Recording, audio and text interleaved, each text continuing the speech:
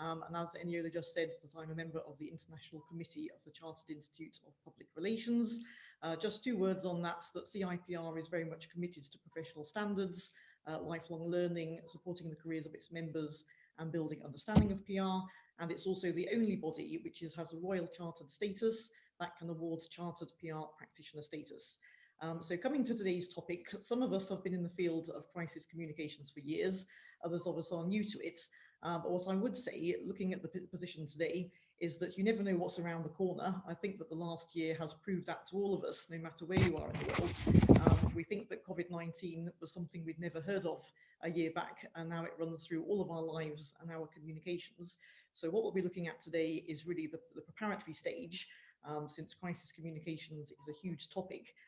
We wanted to get started with some experts in the field from all different countries who would be able to share their insights with us. As Eniola has explained, we'll have around 10 minutes per panelist, and then we'll have an open Q&A session. For those that would like to speak in French, vous pouvez poser la question à Philippe, et va vous répondre en français. So moving on then, we'll just move on to our next slide if we can. Okay. For some reason, the slides doesn't want to move. But, well, let me just carry on then with the... Right, I'll just carry on in any event, even if the slide doesn't want to move currently, sorry about that. But there are 2 types of crisis which we've discussed at CIPR in the past from the webinar side, which is to say that you could have normally you would have a picture of 2 snakes. I'll see if I'm able to put it up again. But one will take you by surprise in the sense that you are seen as a victim. That you're seen as a victim. This has come out of nowhere, and what are you going to do about it? The other one is a python, which arises from many issues, can be more than one. It can be slow burning, and you can actually be blamed for it. So before starting work on any crisis assignment, it's important to know, are you seen as a victim, or are you seen as someone who is actually responsible for the situation in some way, because it may determine how you're going to respond to it. Another point about crisis situations, we can define them here. So we've got categorized 8 to say we've got natural crises like a tsunami, an earthquake, or even a pandemic that we've all been suffering from. Then we have technology, we have product recalls where there may be technological faults. We have confrontation, such as consumer boycotts. Malevolence, we can have in a range of forms, sabotage, tampering, and cyber attacks is another. We can have skewed management values, such as a banking crisis. We can have deception or financial wrongdoing. We can have management misconduct, as in the case of Enron. And we can also have business and economic crises, such as a recession. Now, I think the interesting thing about the period we're now living through is that it's possible to face several of these at exactly the same time. So many companies have been facing a crisis on the one hand on the health side because of the pandemic.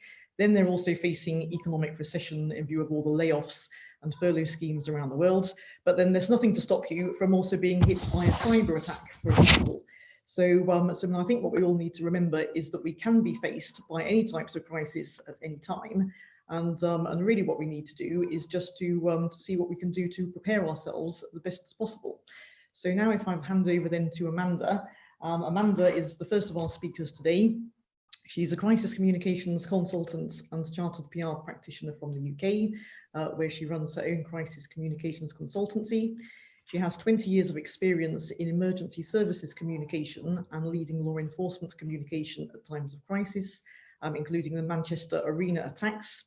She has more than 2 decades of experience in managing crises and published a book earlier this year on crisis communication strategies, bringing together advice for preparing for a crisis, for dealing with it and moving effectively into the recovery phase. She's an advisor for the Resilience Advisors Network and a senior associate of the Centre for Crisis and Risk Communication, and she has also worked as a journalist.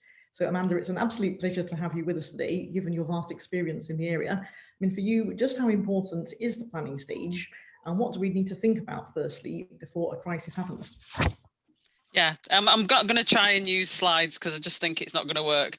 So I think the key is, I I think everybody thinks, oh yeah, we've got a crisis plan, we've got a crisis communications plan, and I can imagine that there are many people at the start of this year that thought they were in that position, and then suddenly realised that what they had wasn't suitable, didn't meet the criteria, left gaps, etc. So for me, that we should have been doing this all the time. It should just be part of our business processes and how we work, because you've got to have something to work to, and you've got to have something that's flexible. So my past life, having plans are absolutely essential. However, you've got to flex it to whatever the circumstances that you're facing. So the key is, have you got something in place to start with? If you haven't, then you need to start from scratch. But you've got to keep it updated as well. And that's the other thing, is about making sure that you're constantly reflecting. So I've been doing some work where we're looking at a specific plan for a specific set of circumstances that now needs completely revamping because of the situation we've got with COVID, because that's going to change massively how it operates and how that works. So you've got to be alive to changes in staff, changes in the way the business operates, and changes outside of the circumstances. So, I mean, that's a starting point. But where do you go? Well, it's understanding risk. And we're not very good at talking about risk management. It's something that other people in the business do. And we've got to get much better at understanding the risks that exist in that business, how that affects communication, and what we need to do in terms of communication risks. Because we're in a unique position. We see across the business. If you're working with a business or in a business, you can see all sections, because that's the way communications works, isn't it? You understand how everything operates, and you can support any part of the business with what it's doing. That then gives you a unique position to be able to see some of the risks, to make some of the connections that other people don't. And I've conscious I've got 10 minutes, so I won't go off on tangents too much. But we've been in the position in the past, when I was working within the law enforcement side, that within the communications team, we've actually connected two separate incidents that were very, very similar, but two parts of the business were operating and looking at them, and it needed somebody to be able to do that. And we were in the unique position to be able to do that. That gives you a great spot to be able to then see the risks, particularly, as you say, in the reputational side, and the risks that'll kind of emerge that way. So we've got to maximize what we've already got, and I don't think we've necessarily in the past been very good at spotting that, and then having our own risk management plans. And for me, that's fundamental, because understanding the risks, you then know what are your most serious risks, and you can then look at what scenarios you need to look at and what plans you need to have in place. Because at the end of the day, we know cyber attacks for most businesses is going to be amongst the top. So we can actually do a lot of work around that before it happens. And that's where you get to having a plan's great, but do people know what's in it? Do they know what their role is in delivering it? And have you trained? Have you planned? Have you exercised? Because you've got to look at finding the gaps before you have to use it. And I've got loads of cases that we've dealt with in the past where we thought we had a great, and the arena was one of them. We thought we had a fantastic plan. The plan was great, but there were significant issues in it. One being, it never mentioned any of the people that were going to be affected. So there was great operational activity and things we needed to do, but actually it needed a fundamental kind of rewrite as we were implementing it. So we need to keep practicing and making sure that, as with a fire drill, when we all work out where we need to, when we used to be in buildings and we all need to work out where we needed to go, actually now we need to look at having a crisis communications drill almost, where, something happens and we can immediately look at what are the first actions and can we move quickly. We also need to make sure that we're learning from anything we do and continually to because that's what builds a plan. Debriefing. I've been surprised how many organizations haven't looked at debriefing their response to COVID, and we're now 10 months for many after things have happened, and this is things you need to be doing all the way through. And fundamentally, we've got to get better at living and communicating whilst we're in a crisis. And that comes from developing checklists, knowing what you need, knowing how quickly you can respond, what staffing you need in place, what systems you need to have in place, what governance. Very boring. I know it sounds very boring, but actually governance is really important. You know, how are things going to get to you? How are you then going to disseminate them? How are you going to work across? How much flexibility have you got to be able to operate on your own? And how much do you have to get authorizations for? Additional support, which is critical. You know, where is that going to come from? And if you're in a position as we are at the moment, everybody's dealing with something, so getting additional support in is incredibly complex. So you've got to be able to have that conversation, that thinking beforehand. Bottom line is a crisis will cost in both time and money.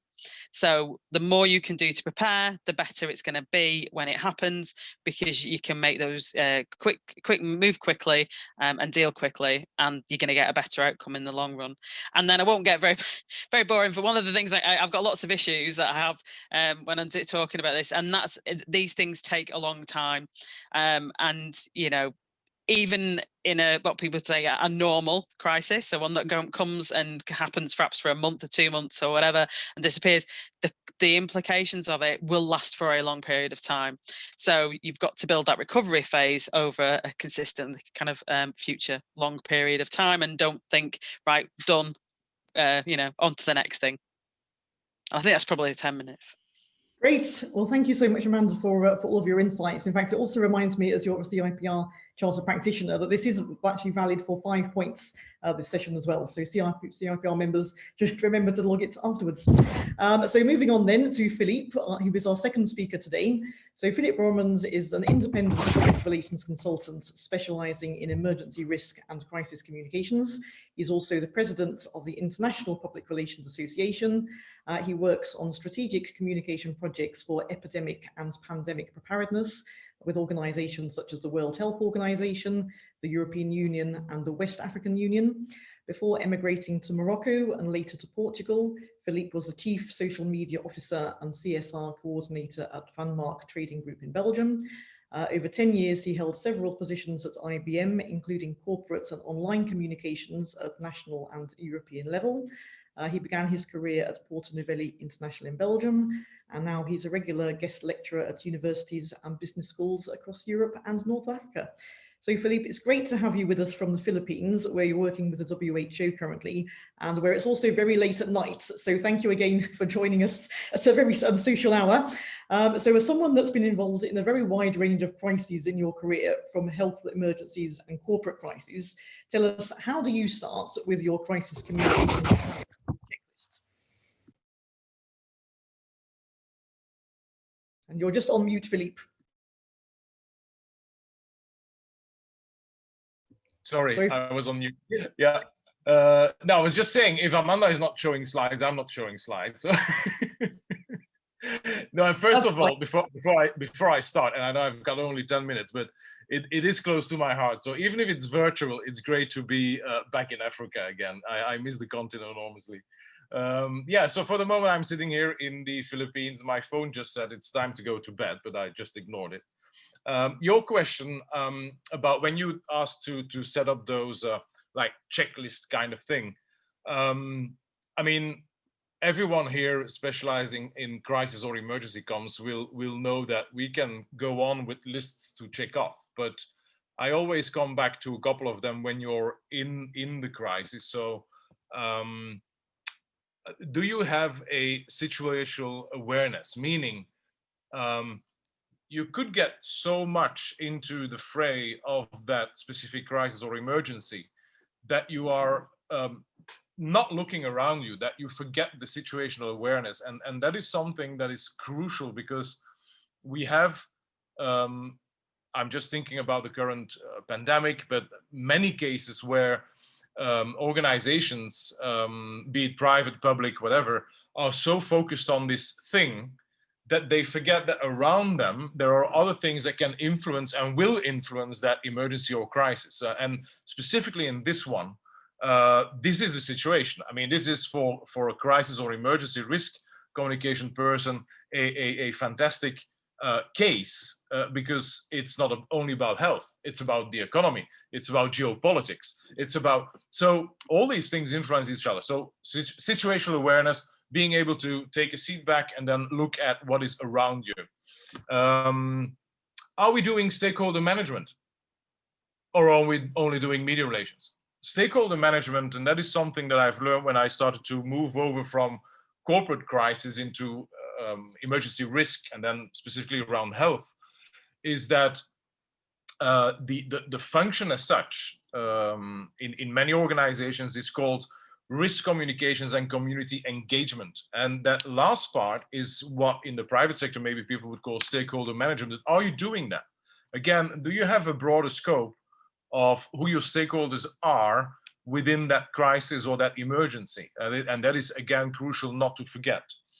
Another question that I noted down is, are you doing what I call, and I didn't invent it, but it stuck with me because I found it such a good description. Are you doing SOS, or public relationship management? SOS meaning sending stuff out.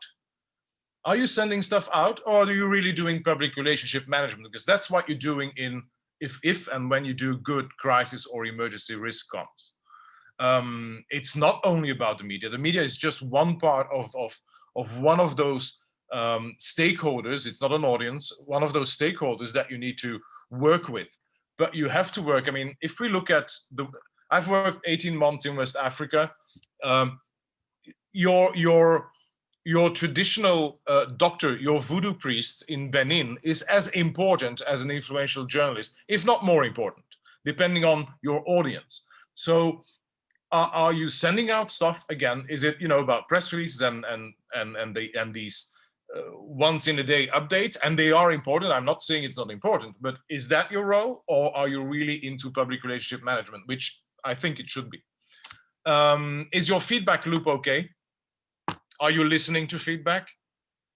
Because we tend to like go, but again, do we use input that we get? Again, something that I learned in the last 4 years, again, working in Africa, now in Asia, North Africa as well, is, are you taking that input that you get? Are you doing what we then call in risk comms social listening? So it could be monitoring, right? Media monitoring, sure. But are you doing a bit more? Are you diving into Facebook groups? Are you diving into, if it would be possible physically, are you sitting down with your different audiences and listening, really listening on what is happening? I mean, it's amazing, right? We should do this on a global scale, because we can turn around this pandemic with 3 simple steps. So simple. Wear a mask, keep your distance, wash your hands. It's not difficult, right? We are not asking people to do incredible stuff, and still we don't do it in many countries. So why is that? And when you listen then, well, sometimes it's just the fact that people don't have the very small amounts of money to buy the masks, or that they're in such a dire position that health is not their priority, it's getting food on the table. So do we do that? Do you have a feedback loop? Very important. And then, do you have a backup? And a backup, I mean people. My work hasn't stopped since day one, meaning I was working on crisis preparedness before this was declared a pandemic, and since then I had not a single day of holiday or break. Luckily, next week, I'm taking my first break. But do you have a backup? Because I'm backed up. I'm backed up. The whole team is backed up. But do you have that? So in fact, the underlying message is mind your mental health. If you're going, we're all going to a crisis for the moment, but mind your mental health. And even I'm taking now a bit away the pandemic situation, which is a prolonged emergency, as we call it. But I had cases when I was in the private sector when we had a crisis which took 2 weeks, right? Data center blowing up, everything is done. The banks, the national banks don't work anymore. That's a pretty serious crisis if you're in that sector.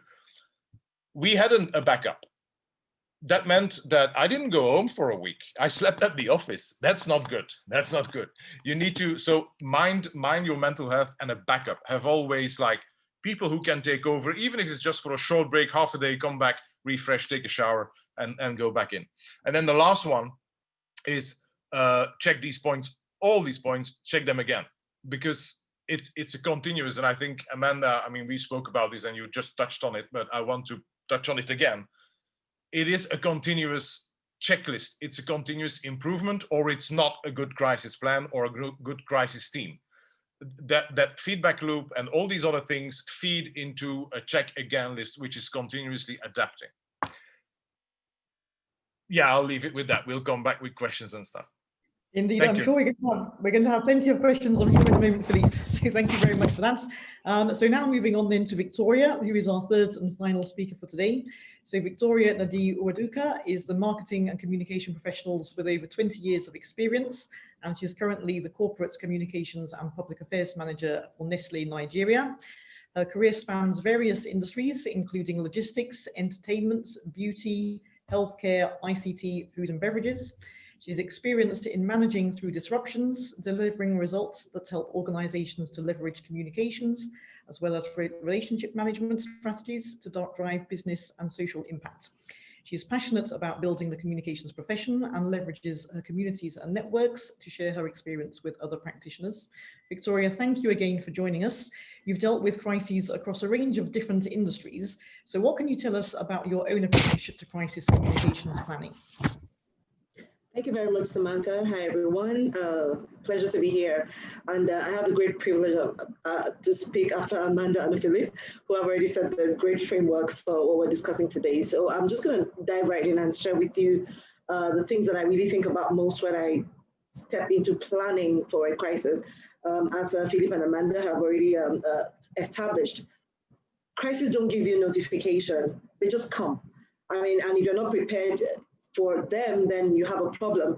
You need to be able to keep your head and have what Philippe calls a situational awareness. That's very important, because without that, you're not even able to assess for yourself what potential impact that this crisis can have on your people and on your business. How do you continue? You need to have your head in one place. And a plan is a great thing that helps you to ensure that you have that you can actually step into this crisis with a clear head and do what you need to do to ensure that you manage through it.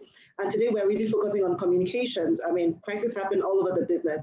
And as a communication professional, you know the whole business. So the crisis is not just about communication. You need to understand the impact that that has across your business. So those are the things that really I keep in my mind when I'm going into communications planning, crisis planning.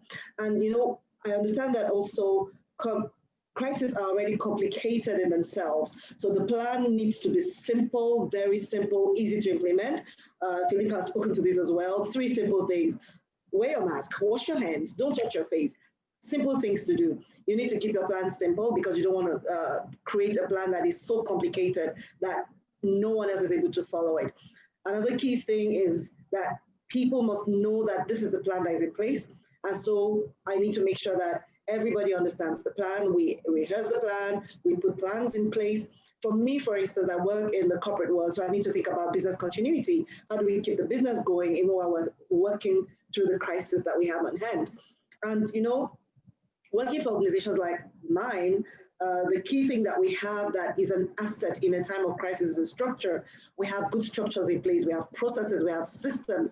They might look like they're too much or they're too controlled or everything. You know, it's just so much to go through, so many structures to work through. But these are your key allies in times of crisis. When you're in an unstructured environment, then you need to be more creative. So for me, the structures are important. And even when I'm working in an environment that is unstructured, I put a structure in place. How do we communicate and what do we do? I've talked about the assessment, what you need to do in an emergency and all of that. So I just want to share with us that my 5 favorite things that I need to have in my crisis communications planning. I need to think about the people. That's the first thing I think about. I think about safety, I think about security. And, you know, I interrogate myself in certain areas. Can we ensure the safety and security of our people, of our assets? Can we ensure the security of our environment? That's the first thing I want to think about. And that goes into my planning. How do I make sure that people are safe? People must have the right information. They need to know what to do in an emergency. They need to know where to go. They need to know who to talk to. They need to know how to escalate. The people who need to do, who need to take care of the security need to know exactly what they need to do. Who do they work with? Who are the people that they interface with? That's very critical. I make sure that I have that. Then, of course, the communication, very, very important. Can we maintain contact with our people? How do we maintain contact? Okay, well, if our data center is down, how do we make sure that people get the information they need? If there is a social media crisis, how do I make sure that I get information out to people? What do I need to do? How do I need to make sure that everybody's connected? Do I have options A, B, and C? I need to make sure of that. So I make sure that I have that in my crisis communication plan. I need to make sure that I know how to reach people. People need to know how to reach me, how to reach the other colleague, how to reach the people who need to take the different actions that need to be taken in an emergency situation if an emergency does arise. The other thing is I have to plan. What is my emergency response process? What do I need to do in an emergency? Where do I need to go? Where do people need to go? They need to know about that. Do we all know what we need to do in an emergency? Do we all know the mitigation plan? Do we all know exactly how we can get out of this situation or where to go in times of emergency? Very important for me to have that in my plan. And one of the things that I make sure of, and I think that, we've spoken to that already today, every crisis is an opportunity to learn, is an opportunity to take learnings back, correction of errors, close the gaps and the loops that you find in your system when an emergency arrives. So I need to know how to document that. I need to make sure that my plan includes documentation, record keeping, so we can learn from this and then we can reassess, we can reevaluate at the end of the day. And your plan is a life plan. So you have to be agile. You have to be able to change it when you need to. So you need to record and take the learnings from that back in. Now, the final thing that one of my favorite things to have in a plan is recovery, continuity. That's very important. A crisis doesn't mean that you really have to shut down. There are many opportunities to keep your business going, to keep it running, to keep people going. You have to keep living, even though you're in a crisis situation. And how do you recover? How do you get back to a normal or to get to better? How do you, just ensure that you come through this better than you were, or at least where you were before, so you can move forward from there. So these are the key things that I put in my communication plan. And, just giving examples of how this is helpful. For instance, if I have a social media crisis, somebody has said something terrible about the company, and everybody's running around. Sometimes you get people say, oh, you need to respond, you need to respond. Do you have 3 key questions that you need to ask to evaluate this situation and to know when to respond and when not to respond? These are very critical things to have in your crisis communications planning. So my 5 favorite things, and I think we're almost at 10 minutes, and then we'll take the others during the Q&A session. Thank you. Thank you so much, Victoria, and thank you to Victoria, Amanda, and Philippe. Now we're going into a time of Q&A. So I invite everyone who's a participant to please put your questions in the chat box, and then we'll take it. Otherwise, you can raise up your hand. I believe you have that function as well. So I think, first of all, I'll fire off with a question for Victoria. And my question is how the cultural setting really affects, your crisis communication planning, especially within a multinational setting. So how does culture play a role in that? I think that culture is critical in your communications planning. Now, 2 types of culture: the culture of your company and the culture of your environment. If you look at Nigeria, for instance, we have a rather unstructured system. So if I'm not working for a multinational, it's an unstructured environment. And I need to understand the culture of the people. I need to understand the way people think. I need to understand the way people want to respond.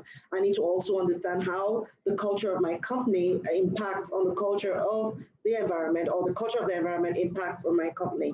So when I'm planning, I need to have these 2 views in my mind, because your communication is a bridge between your company and your communities, and everything within that plays a key role. For instance, you might, have a certain kind of response that will not sit well within your community, or might not reflect well on your company. So you need to understand that your language, your tone, your media, your channels of communication, all that is important, and you need to put that into consideration alongside every other thing that you need to look at. The culture, the environment, the particular crisis that you're in, all of that play a role in the final decisions as to how do you respond and what do you need to do. And also the culture of your company, the structure of the company, all that is important as well, because you need to know who is the spokesperson, where is the expertise of this person, who sits where is the channel of communication, is it hierarchical, what do you need to do, who is important. And I think Philippe spoke to, for example, you're in Africa, and the traditional medicine practitioner, the pharmacist, and all of that play a role in your planning, and you need to have a 360-degree view of your environment, your community, and that goes into your planning for your crisis communication. Great, thank you. Can I jump on that and build on that? Victoria is completely right, and it's something that I think we often maybe underestimate, because it in some cases it's a matter of life and death, and that is not me being dramatic. It is the case. We've seen that in several of the countries who had to suffer under Ebola, where you come with a clear sound advice, which makes sense, right? But it is not linked to the cultural environment, and then you get really in trouble and people die. And that is, it doesn't always have to be that dramatic, but think just only by, I want to convey a message. Is it in tune with that specific audience? And that could be, you have so many different things that make up a culture. It's risk perception, it's religion, it's customs, it's symbols, it's colors sometimes, it's all these things that you need to know. And one of the things I think, having worked in an multinational company, I've always appreciated American company, global company, but when there was a crisis in the countries I was responsible for, my American boss always said, Philippe, these are the guidelines, but you know best because you're on the ground, you are, you're Belgian and the crisis in Belgium. So you go, there are guidelines. As Victoria said, it's a corporate structure. So there are these things, but the fact that you are on the ground and that you have a feeling with that culture. I mean, I would never make a risk communication message decision while I'm working here in the Philippines. I am Belgian. I culturally, we're so far away from each other. I put in a structure, I manage a team. My 4 team colleagues are all from here, all from different cultural backgrounds in the Philippines, because the Philippines is not just one entity, and they have the final say. I will tell them, of course, this is the guidance, this is how we work, this is how it's going to do, etc., and the strategic plan.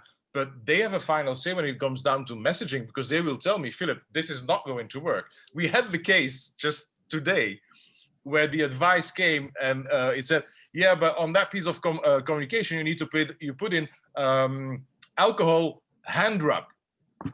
And if you would be English, you would go like, yeah. Hand rub is a context that is not recognized here. It's not recognized. People say alcohol. And even that is sometimes difficult because alcohol could be drink, right? And so in some cases, people would think, I take a bottle of vodka, for instance, and it works. Vodka, no, it's 40% vodka. It should be a bit more higher. But still, so all these small things are so crucial because you could get misunderstandings, which sometimes become dangerous. Yeah. Can I just add a little bit as well? In that, I think, and I totally agree with what's been said, but also there's the issue of you can be in a country and it's still got very different communities within that, and we found that in the UK at the start of the COVID pandemic, was that the messaging was going out, it was really clear, it was really simple, but it wasn't reaching some key audiences, some key parts of different communities. So it's exactly like Philippe said, it's about understanding how things operate and the nuances. And, you can get, like with the UK and lots of places, a very mixed communities and lots of different cultures that are all interplaying. So that's why the broadcast versus, engaging and if you've got community engagement really going on, it's so important, because you know, you can't do it. And it's right, you know, at the end of the day, with what happened at the start of the pandemic here, you know, you were probably seeing people getting very seriously ill because the messaging just wasn't reaching. So it's that complexity as well. Great. I was just going to ask one more question, starting with Amanda. I mean, this is a year where obviously everything has been turned on its head so unexpectedly. I mean, all of you have actually been working for years or even decades in the field of crisis. I mean, what would be the one thing that each of you would have said that you've learned from this year that surprised you in some respects? I mean, I'll start with you, Amanda. What would you say? Well, I this year have just stepped out of sort of 21 years in policing. What surprised me, I think, is how ill prepared lots of big organisations, governments, big businesses were, and continue to be for some crises, and really things that are could be foreseen in different, you know, most crises we can predict in some way. So yeah, I think that's the biggest learning for me, and that comes from being in an organisation that's very focused on risk. Indeed, indeed. So Philippe, what have you learned this year? Oh, you're on mute, Philippe. Bad habit every time that mute and unmute. You said surprise. There's two things. Surprise, not so much. Shocked, yes. And then there's one thing that I now know that I will want to study much more. The shock coming from the inertia, because I had to laugh, and maybe, I mean, sorry if there's people in the audience who wrote that somewhere, but nobody could have seen this coming. That an epidemic or pandemic was on every single government risk analysis in the top 5 before it broke out. Don't tell me we didn't see this coming, right? Top 5. So I'm not even talking top 10, where you can say, well, it was number 9 and, you know, we just had time for the first 5. It was in the top 5. Every single government member of WHO or following the ECDC, and I think someone from the ECDC is online as well, had been briefed, had received guidelines. It was on the thing. If you look at even on an international scale, I think even the OECD has that in its risk matrix for the last couple of years. So don't tell me that, you know, oh, this fell out of the sky. That I don't believe that, and I'm, you know. So that was my shock at first. Then throughout the pandemic, first wave, the shock of the second wave. I mean, again, didn't they read the briefings? All international organizations said, watch out, if you don't do this, you'll have a second wave. No, let's go on holiday. Let's, you know, so that is the shocking part. I don't get it. And so, but that brought me then to a thing I want to learn.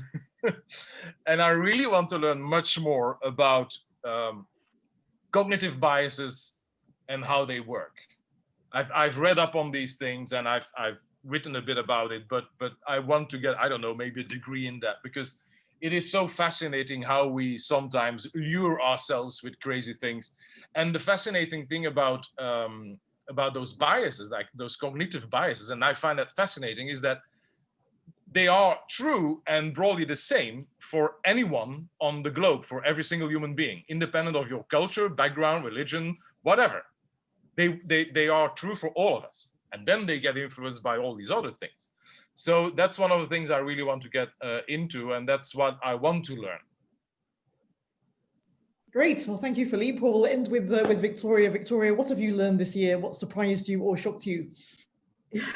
Yeah, I think that I shared Philippe's shock. I mean, like, I'm just going to speak to Nigeria, for instance. Okay, so we heard about the pandemic way back in November, early December. We started hearing about it, and it was traveling all over. Was in Europe, and then it arrives Nigeria, and it's like, oh, where did it come from? I mean, that was like, oh my goodness. I mean, somebody should have been ready for this to happen. But then, you know, everybody like locked down, like we were in such a shock. We didn't know the first thing to do. That was really shocking. But then the second thing that I learned, and I think that, something that I'm trying to really understand better is motivations, cognitive biases, as Philippe has spoken to. What is more important to people? So you're talking about health. You're saying, I mean, if you don't do this, people could die. And it's not very important to people because there are other things that are more important to them. So I'm really trying to understand what is motivation. So I've learned something. You might think you know a lot about people. You might think you know a lot about psychology and how people will react and what is important to people, but you have no idea. When there's a crisis, when there's a situation like this, then you begin to ask yourself questions. What really matters to people? As a business, we're asking that question, what really matters to people? What do people really care about? As communicators, we're asking, what do people really care about? Because you need to communicate with people from the point of view of the things that matter more to them. Maybe telling them about health is not the best thing. Maybe telling them about others dying is not the best thing. Maybe telling them about different things. That's not their motivation. There are other things that are more important to them. And until we learn that, and we're able to communicate to them in the language they understand, and communicate to them through the things, connecting them to the things that are more important than others, then we might begin to reach more people. So that's for me, a learning and a journey that we're on. And I think that we'll come out on the other side, knowing better. And also there is this thing that happens around us, like, oh, it's happening in that country, it can't happen here. How do we leverage the things that happen across? How do we begin to help people understand that there are no more borders? Once the airlines are flying, there are no borders, there are no limits, there are no barriers. We need to understand what globalization is doing right now and be able to reach people at the points of connection that matter most to them. For me, that's what 2020 has really been about. Thank you, Victoria. So we're getting some questions in, and I encourage everyone, please, if you have questions, please post them in the chat. This is, please feel free to ask your questions to the panelists. So we have a question, Philippe, about stakeholders, and really a question around priority and, who is, which stakeholders are the most crucial, which ones should we prioritize? And I guess my question, I'm picking up on this question, is internal or external? Where do you lay the priority? Was that a question for me? Oh yes, sorry, I was on mute. Very simple answer: internal first, always. Always. Your first crisis communications. If now we're talking about a company, right? Yeah, it's first internal. There is not that you don't even take out your reactive statement for the press before you've done your internal communications. That's a golden rule, and I know in many cases it's like, oh, we have to get in front of the camera, we have to whatever. No, you have to turn around and talk to your people and explain them and how you're going to handle the crisis, what the priorities are. If it's something that's endangering them, then of course security first.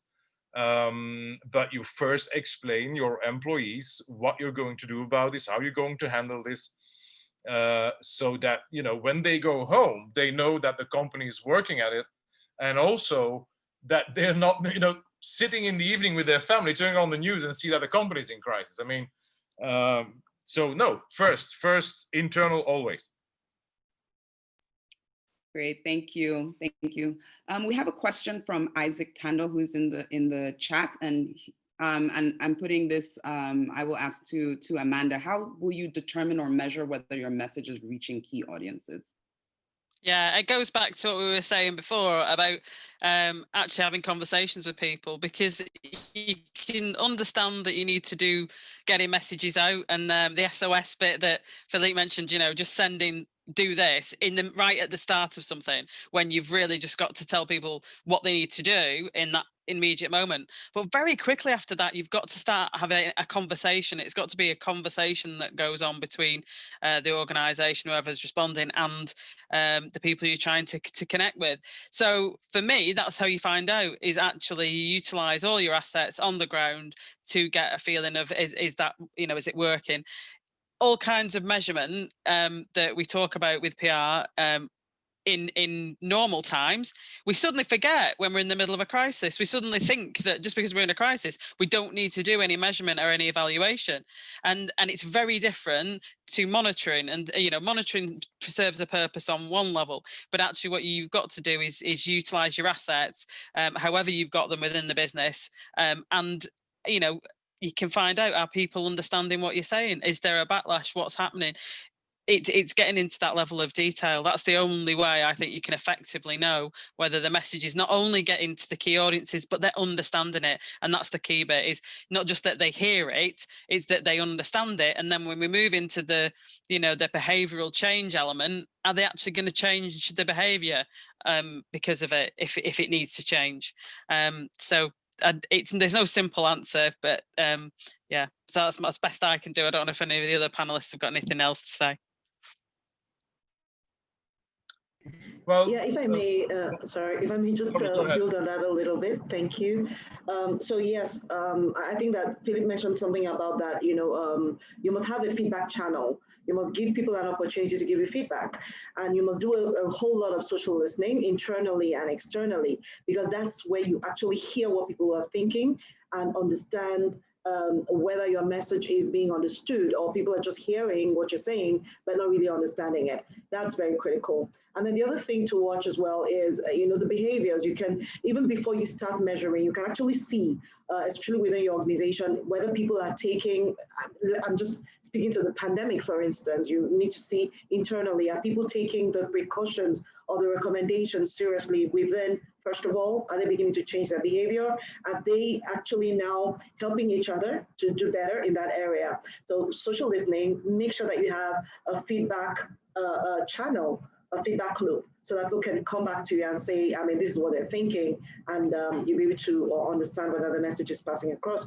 And one thing that, you know, is important as well is to be very agile, so that you can actually measure on a regular basis. So you're not waiting until 1 month to measure. So on a daily basis, on a weekly basis, you're really monitoring that and really tweaking your communication to fit the situation as you measure it regularly. Thank you. Great, thanks. Philippe, were you going to add a comment to that? No, just that again. So one of these examples, I think it's fascinating how this pandemic has brought something up that I'm now really getting fascinated about, is that we have crisis comms, which I would, let's say, you know, the term often used in the private sector and corporate sector, and then you've got risk comms, which it's not the same, but so I think what we really need to do is find a common place where both get together, both practices, specialties need to come together, because the pandemic has shown that we have to come together, but it doesn't really happen. So one of the things, sorry, was about measurement and evaluation, which is a standard approach in the organizations I work for now, is what we call a CAP survey, knowledge, attitude, perception survey. And that could be an online survey. Most of the time it's online and offline, by talking to people, sitting around people and talking, even now virtually. But it's really in-depth interviewing and also online surveying. It's a standard approach, happens like this, boom, boom, boom, boom. I've never seen that happening in the private sector. Why don't we have that tool? It's simple. I mean, it's simple, it takes time, but I mean, there is a tool, there is a methodology. So again, it's like bringing these best practices together, I think, which is something I'm really passionate about now, because I see tools and practices on both sides. I was lucky enough to work on both sides, and now I see that there is way to build bridges in between. Great, thank you. Thank you, Philippe. Thank you, Victoria and Amanda, for those comments. We have a question from Ukori Ejibe. Ukori, I don't know if you want to put up on your mic, but her question is, how can communicators work through distrust in crisis? And this is playing out in several continents, particularly for the COVID-19 pandemic. So who would like to take that first? Amanda? Well, it's a really difficult subject, and we're living through it here in the UK, as are many other countries and many parts of the world. And I think the problem is, from what you know, we've been experiencing here is once you've lost that trust that you're trying to build up and the confidence in the response, it's a long road back. I think the key bit was to try and not lose it in the start. Unfortunately, as I say, you've got a long road, and I think you've got to recognise, from a government perspective, if you have lost that trust, you've got to understand that that's the situation, recognise it, and then build that into the communication. It's almost like you get two bits of a crisis. You've got the crisis that you're dealing with, but then you've also got the crisis that is the response and the lack of confidence that exists. And I think they need to be addressed in that way. But it's not an easy road. And I think the challenge, speaking from experience here, is if you don't recognize that in the first place, if you're still in the position of thinking, you know, that doesn't exist, then you can't actually take actions to try and deal with it. And there's an issue of, you know, with the pandemic, Philippe's probably got, you know, been doing the work he's doing, he's probably got more of a view than I have, is do you put governments in charge of a pandemic response, or actually should it be somewhere else? Because if you're not careful, you get the political element and you don't actually do what you need to do to get people where they need to be in doing the response. Thank you, Amanda. Victoria, in a country like Nigeria, where we have, you know, a trust deficit, how, you know, can you respond to the question, how do we work through this distrust? Yeah, like Amanda has said, it's a long journey, and it's a long-term journey. And I think she's already alluded to that. In a country like Nigeria, where we have a huge deficit of trust with the government, one of the things that you don't want to do is to put the government in charge of the communication around the crisis, especially around you know, the COVID-19 crisis that we're going through right now. Unfortunately, that is what we've had so far. But at a certain point, there was a strong recognition of the fact that the government couldn't do it alone because of that issue of trust. And the private sector is taking that over. And then, you know, there are some members of the public that the populace or the citizens trust a little better than the government, you know, really make them the frontliners, make them the spokespersons, you know, let that communication be driven through them, while the government works on rebuilding the trust with the populace. And we saw that not just with the pandemic, but with everything that has happened after that. And I think that one of the key things that we can do as communicators is to help our principals, you know, help the government and help everybody understand that this is a crisis, because sometimes it's not even clear that this deficit of trust is a crisis situation. It is a crisis situation, and there has to be a plan to address it. We were at a conference recently, you know, where we had the opportunity to have the governors and all of that. And, you know, one thing I said is that you are the guys who need to start building this back.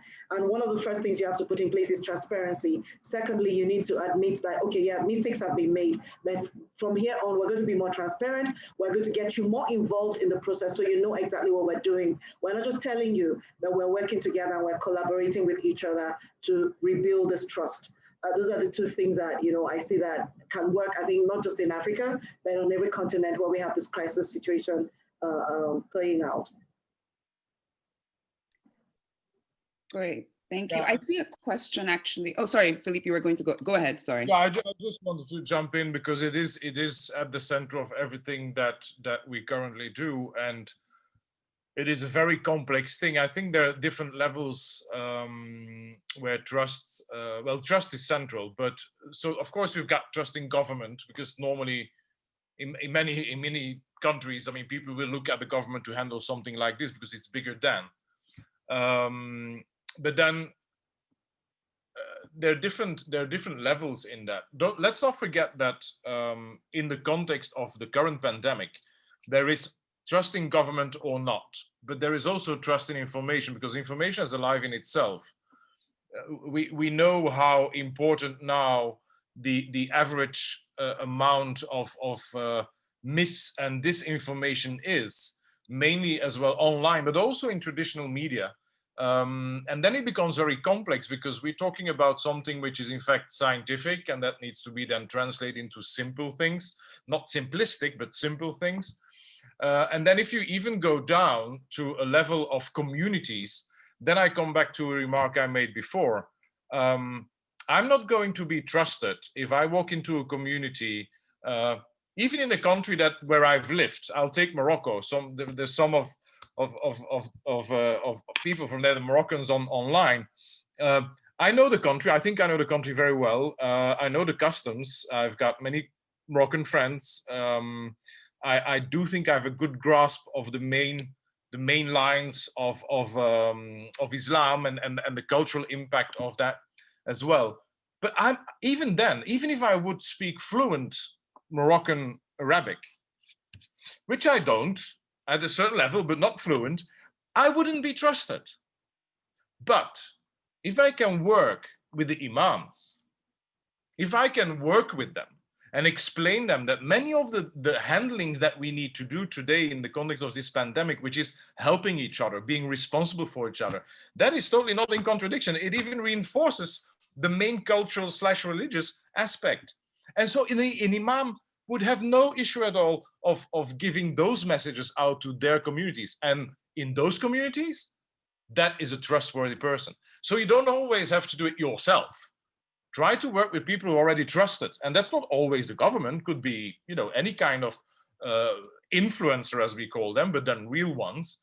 And I think that's a much more subtle and interesting and open, always in transparency, of course. Let's be clear about this, always in transparency. But sometimes that is 10 times more effect than doing the biggest campaign that you could do.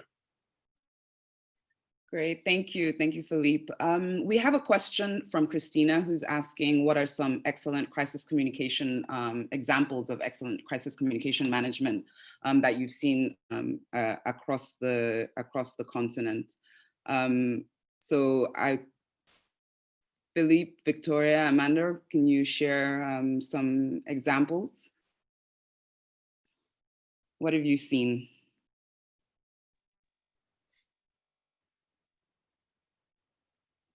Can I? Yeah, I'll start. I've stayed in touch with many of the people that I work with in the 15 West African countries, and very specifically public communicators. And we often forgot them. We speak about government and mistrust, but let's not forget there are communications colleagues in there as well, and they've been working from day one as well. And I stay in touch with them, and I'm so happy. And proud, because the project I worked on was training them on risk communications. And when I see what they do day in, day out with the resources that they have, how they handle the current pandemic, and I'm thinking of countries like Sierra Leone and Liberia, and who have already suffered through other things as well. I chapeau. I mean, to me, they handle this better than many European countries, because they have systems in place, and because even if there is levels of distrust, what have you, but they understand the importance of community. They understand the importance of adapting messages. And what they also understand, which I think in Europe we do not understand very well, is what Victoria, you said, is the priorities of your communities. Again, what is the most important thing? Is it health today, or is it making sure that your child is not starving, or that you can travel to the hospital, that you can get that gasoline because it's farther away? So they know, and I find that incredible, powerful, and again, chapeau for those public communicators who work in those very difficult circumstances now, day in, day out. So yeah. Absolutely. I think the communicators, the public communicators at the NCDC in Nigeria have also done a really, really good job, actually, and they've done a great job in that. Okay, so we are running out of time. We have a couple of questions, which I'll take the last few ones.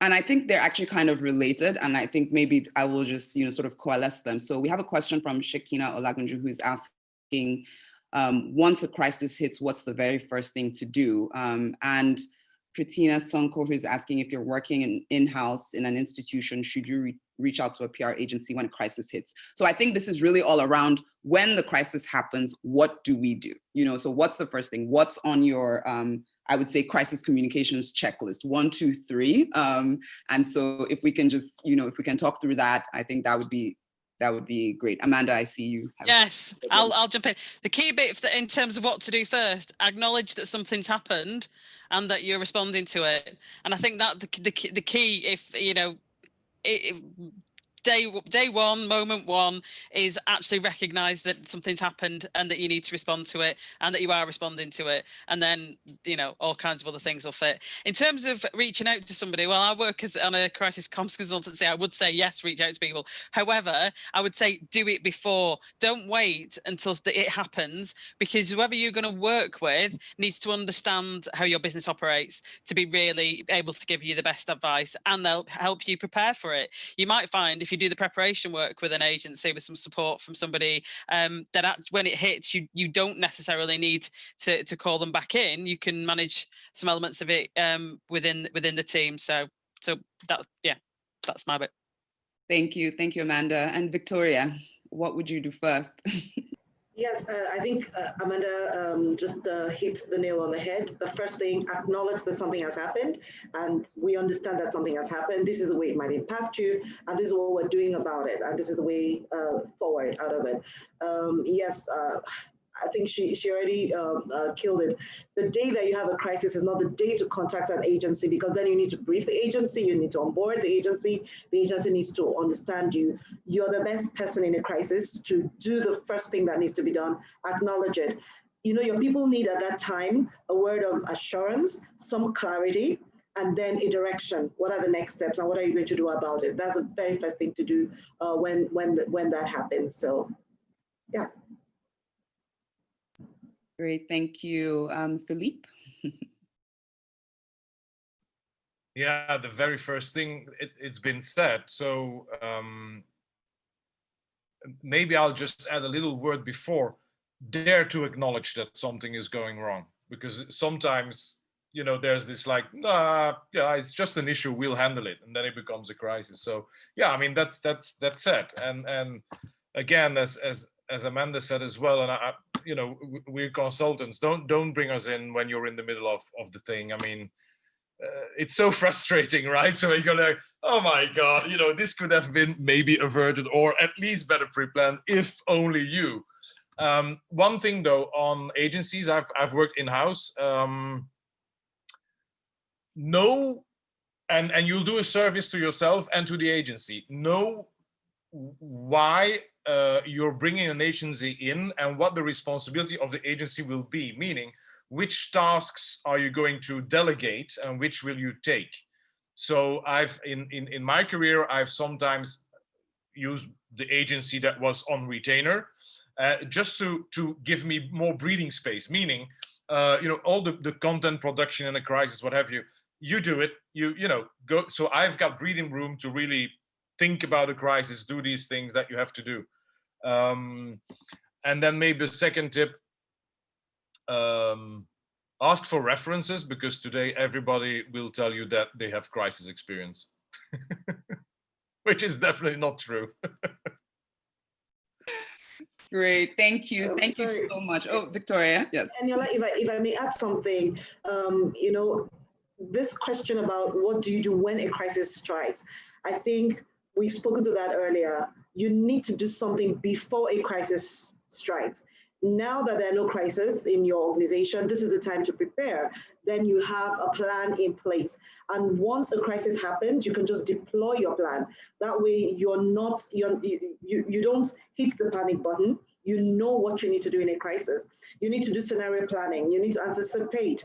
You need to, you understand your business, so you need to anticipate what could happen in this area that could be a crisis. What could happen in that area? What could happen in that part of the business? Upstream, downstream, all of your business.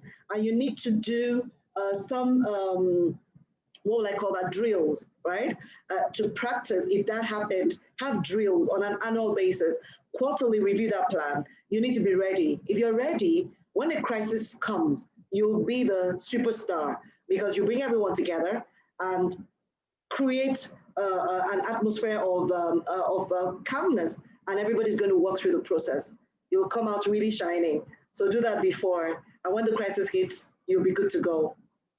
Thank you. Thank you. Thank you so much, Victoria. So we've come to the end of this Africa Communications Week CIPR International webinar. Thank you so much for being here with us. Thank you so much to our amazing panelists.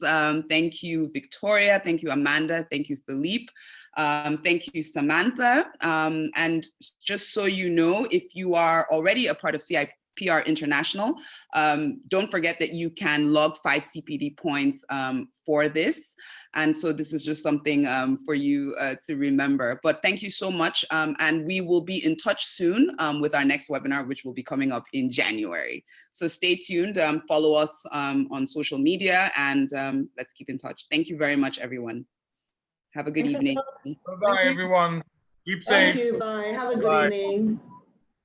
Bye.